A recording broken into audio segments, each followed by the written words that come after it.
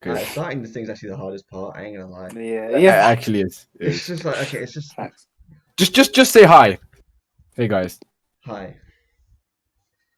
Alright, so Mac Miller. Yes. Yeah. So What about him? Definitely. Today marks 2 years since he died. Doesn't it? It's crazy. Damn. It's like 2 years. I actually still remember. Like we were watching Black Klansman, and Oh yeah. I got a That text really jokes. I got a text from someone midway through the film. It was like, "Yo, Mac Miller just died." And after that, you just didn't concentrate. Yeah, I was on my phone for like 10 minutes, like trying to figure out, like, okay, is this real? Is this like, is it a lie? So Yeah, we all thought it was fake at the beginning. yeah, because like it happens, like all these things, and like he's the last person you'd expect to die. So Yeah, at least for me anyway. So and the rest of the film, like it was a really good film, but I couldn't enjoy it because it's like, okay, fuck. But yeah, like the thing that was like 2 years ago is crazy. It went pretty fast actually. Life in general goes pretty fast. So you think of 2020, like the worst year of our lives, and it's already September. I kind of like 2020. Really? I mean, for me it was trash. Listen, what happened? What happened to me? Like, what? True, oh shit! Yeah, 2 years different. It's just like I think everyone died this year. I think you should like say if you think from that way, like Kobe died, Chadwick Boseman died, bare people died. It's just like No, like everything around the world lost. Yeah, but like okay, this maybe really you bad. worked just on yourself. 2020 sucks. Yeah, 2020 sucks. You're probably the only person. You're the only person I've ever talked to that said 2020 hasn't been that bad. Like I was like, what the fuck? I mean, it's been a change, you know. Yeah, but like sometimes change isn't like change is. Yeah, but not a good change. Yeah, like, I think everyone's been 2020 has allowed a lot of people to self-reflect on their that's own what life I mean. and stuff. That's yeah, what true. I mean. I mean, so that's also because of pandemic. You're inside all the time. See, like, but that's coming from people that were in a fortunate position in the first place, just to be in the pandemic and not have to worry about most things, you know. So I guess from that aspect, I agree. But no aid. But then you have like stuff like the Lebanon thing that happened a couple months ago, and like everyone everyone making petitions. It's like, bro, what? Like, why do we I swear, half the people rob just the money, take it, and cut. Nah, so stupid. You know the that black guy, Stormzy, dude. What? Oh, that Stormzy guy. But he just robbed the money. No, you know that guy that looks like. Is that what? I don't know. I know who you're on about. He didn't steal the money. They stole the money. The guy, the person that made the petition, it was just all fake. Yeah, he just set up some random thing. Oh. Yeah. So they knew everyone would donate. People donated, yeah. And it was some random account, so they just took the 30K and left. Oh my. Yeah. I didn't hear about this. Yeah, man. Yeah. But they made like a follow-up video on Instagram. What was I gonna say though? It was like with the Black Lives Matter thing when the whole started again in May. The Minnesota Freedom Fund they made so much money because so many people had like gone to jail from like the riots and the protests and stuff. They made $35 million. Everything's business, man. But they made $35 million and they only donated like less than 300K for like bailing people out and stuff. I didn't know about this. I saw on Twitter one night and I was like, what? Like I donate. I donated a little bit, but I was pissed because it's like I don't know about that. I never know where it's going, so I just don't do it. True. I mean, that's how I've been recently. Like I didn't donate that much, but it's still like some money just I got finessed basically. So it's like kind of peak. But yeah, Mac Miller, guys. Yeah, man. Yeah. But so obviously, like Alex, you just listened to Swimming now. Yeah, I mean, I've listened to the whole album just now. Yeah. So, like, what was your thoughts on it? Can I be honest with you? I'm gonna say I really, really loved it, and it's one of those albums that like I think you have to listen all the way through. I think it's got really cool influences like hip hop. It's got a lot of jazz influences as well. I really like the just the vibe it sets and stuff like that. I think I don't know, the word that comes to my mind is like transcendent. It's like a really transcendent album to me. Like for me, it's like the last two tracks, 2009, and So It Goes. It's literally like he's going away. Yeah. It's like, okay, this is the final, like, because and it's weird because the final music he released before he died.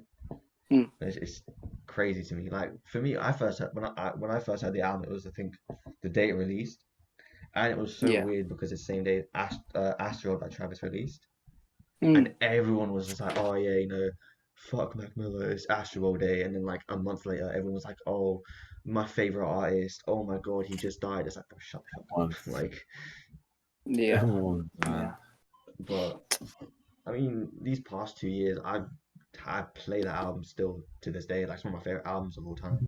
It's one of those that doesn't get old, to be honest. Yeah, it's like Blonde. I don't think Blonde will ever albums like that I can still play to this day. I listened. I have 2009 in most of my playlists, but I never really listened to the whole album. I didn't know all the songs on the album.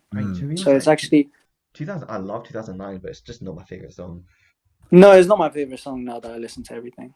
My favorite song is "Come Back to Earth."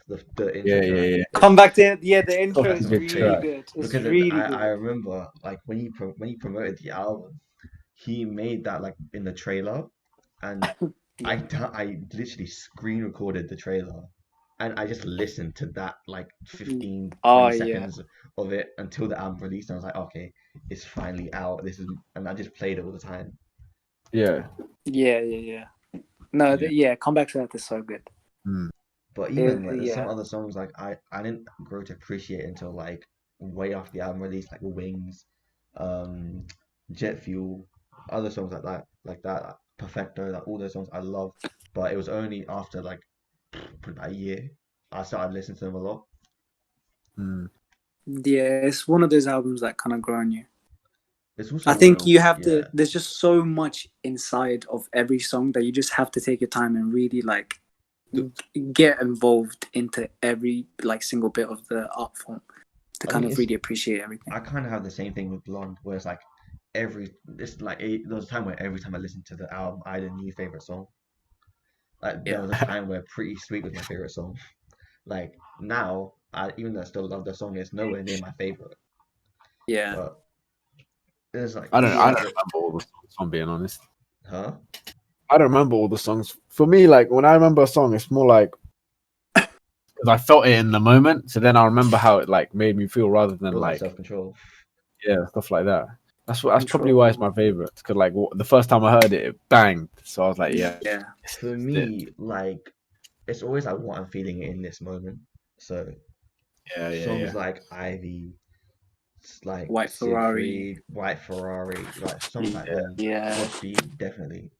Those are my favorite because it's just okay. I'm depressed.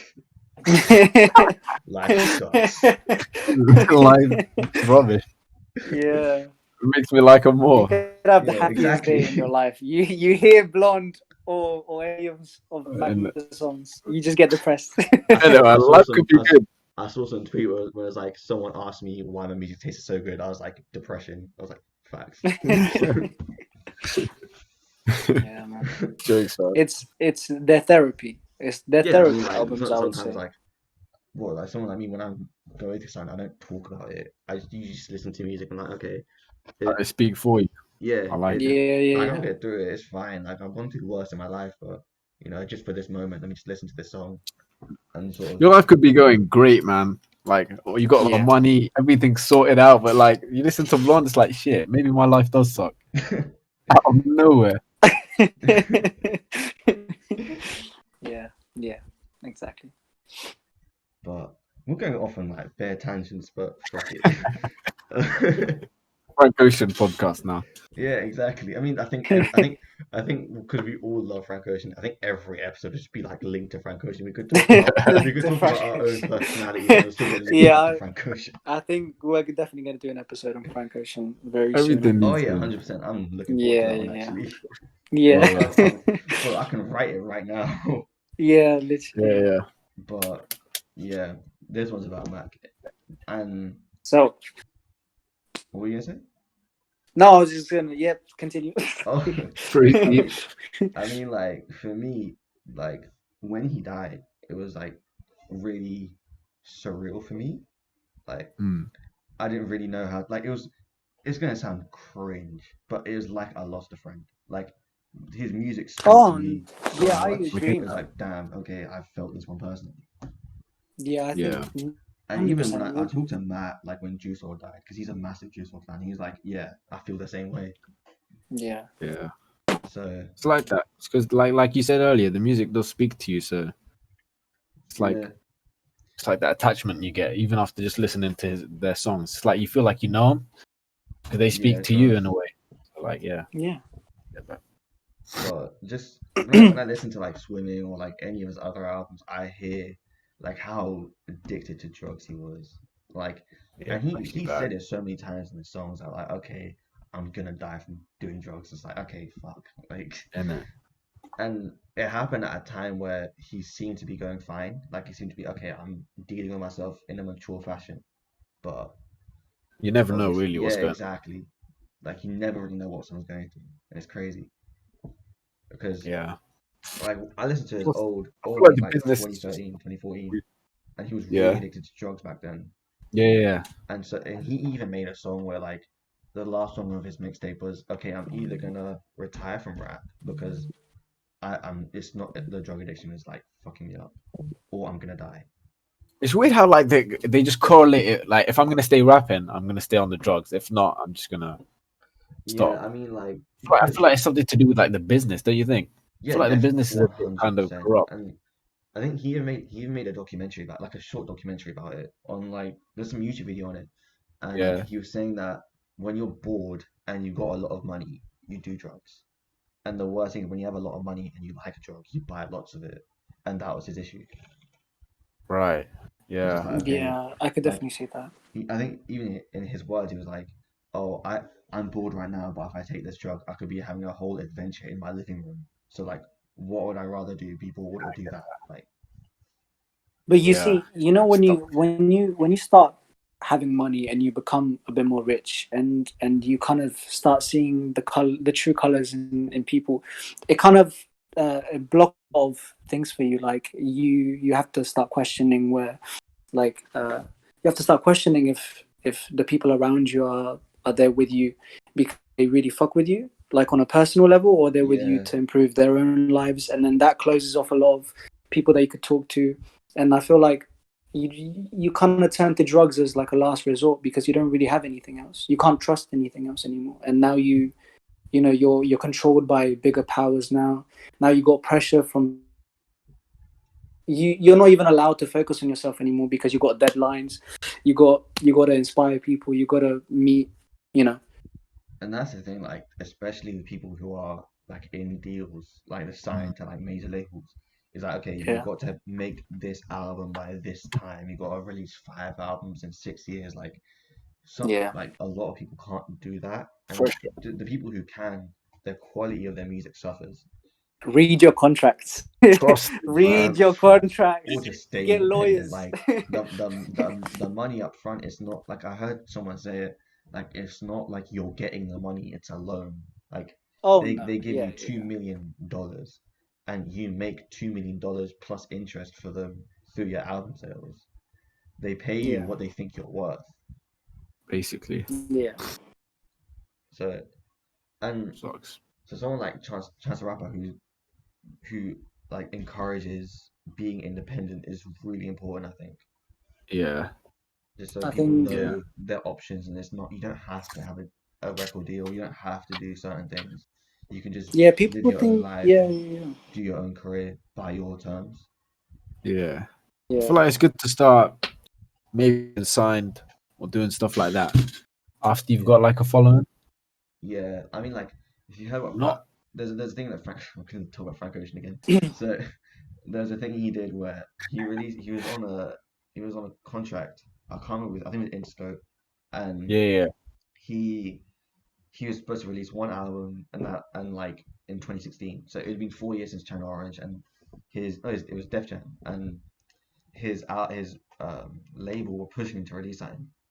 So he released Endless, and like they thought, okay, this is the big Frank Ocean album, like okay, this is, and he was out of the contract after he released Endless, and Oh, really? what happened after he released Endless? He released Blonde a day later, but yeah, how? because he wasn't signed anymore, so he could release whatever he wanted.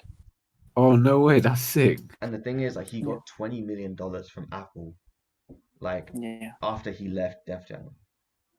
Damn. So he pretty much finessed them of money and then just did. Yeah, because at that time, what happened was a lot, like Apple Music just started up in 2016. So to push people to use Apple Music over Spotify, Apple Music will pay artists to release albums specifically on on Apple Music and not on Spotify for like 2 weeks or 3 weeks or whatever. So people had to go on Apple Music to listen to it. So that's why they paid him 20 million. Just so, because they knew they would get that money back from people, from the demand of Frank Ocean's album. Right, yeah. Damn, that's a pretty sick story. Yeah, and now he wants his own label. So yeah, like if you go on his blog, it doesn't say Def Jam, it says Boys Don't Cry, which is his label. Oh damn. Yeah, it's crazy. Yeah, I think when you start making money and you're able to get out of your contract, as long as you've got the right people around you, I think that's the best like path to go now. Yeah, trust. So, Mac Miller. Yes. What about that guy? For the third time. I've heard of him. Yeah, I think I'm familiar with his music. He's not Frank Ocean though. He's not Frank Ocean. Oh, indeed. But yeah, so I don't know if you, I don't think you've heard of it, Alex, but he released an album earlier this year, like after his death, obviously, called Circles. So, Syed, I think you heard most of it, didn't you? Yeah, not most of it, not gonna lie. Yeah, but so at least you heard some songs. Like I gave you Right, and I gave you, I think, and you heard other songs on your own time. Yeah. So for me, that album was amazing. I loved it, obviously. It was great. That's still my favorite song in there. What's it? Right? Right. That's probably my favorite as well. So fire. Yeah. I don't know. I can't pinpoint the genre of music he made with that album. Like, it's not, he didn't create a new genre. I'm not saying that, but like, I don't know what it is, but whatever it is, it's amazing. Like, yeah, it's just stuff. I wish he made more albums like that. I feel like most artists these days, I can't really give them a genre. Not most, but a lot of artists. I was gonna say, like, Weeknd, you can put in like pop and R&B, like easily. Drake, you can put in pop, rap, R&B, like you put in all three. Yeah, but then there's people like that. It's just hard to give them a thing, because then like if you called like Post Malone or something, like if you called him like you can call him country, freaking like a rapper, and then you listen to his shit. It's like it's a bunch of different. True, he switches his stage so much. So I like that type of stuff. That's why I kind of like Mac. You can't really like. He's not stuck in his album, he's got so many different vibes in there. Yeah, facts. And I like that. Yeah.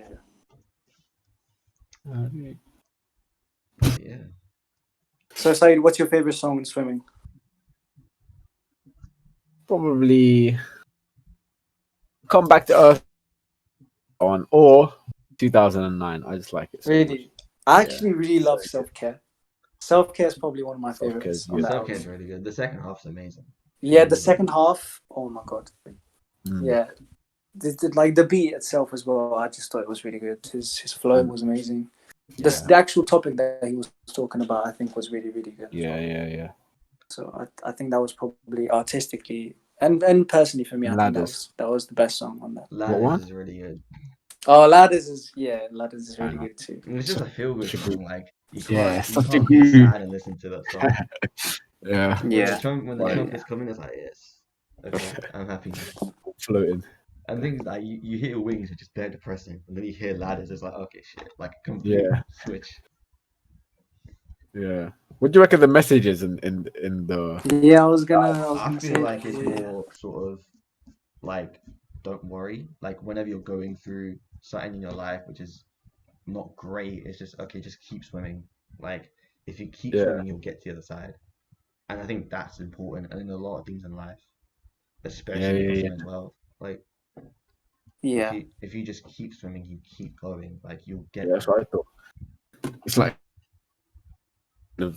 he's trying to escape, get out. Yeah. And the thing is, if you stay still, if you don't swim, if you stay in the water, you're gonna be stuck there. You're gonna drown unless you swim. With all your baggage, with all your demons, like you're just gonna be there.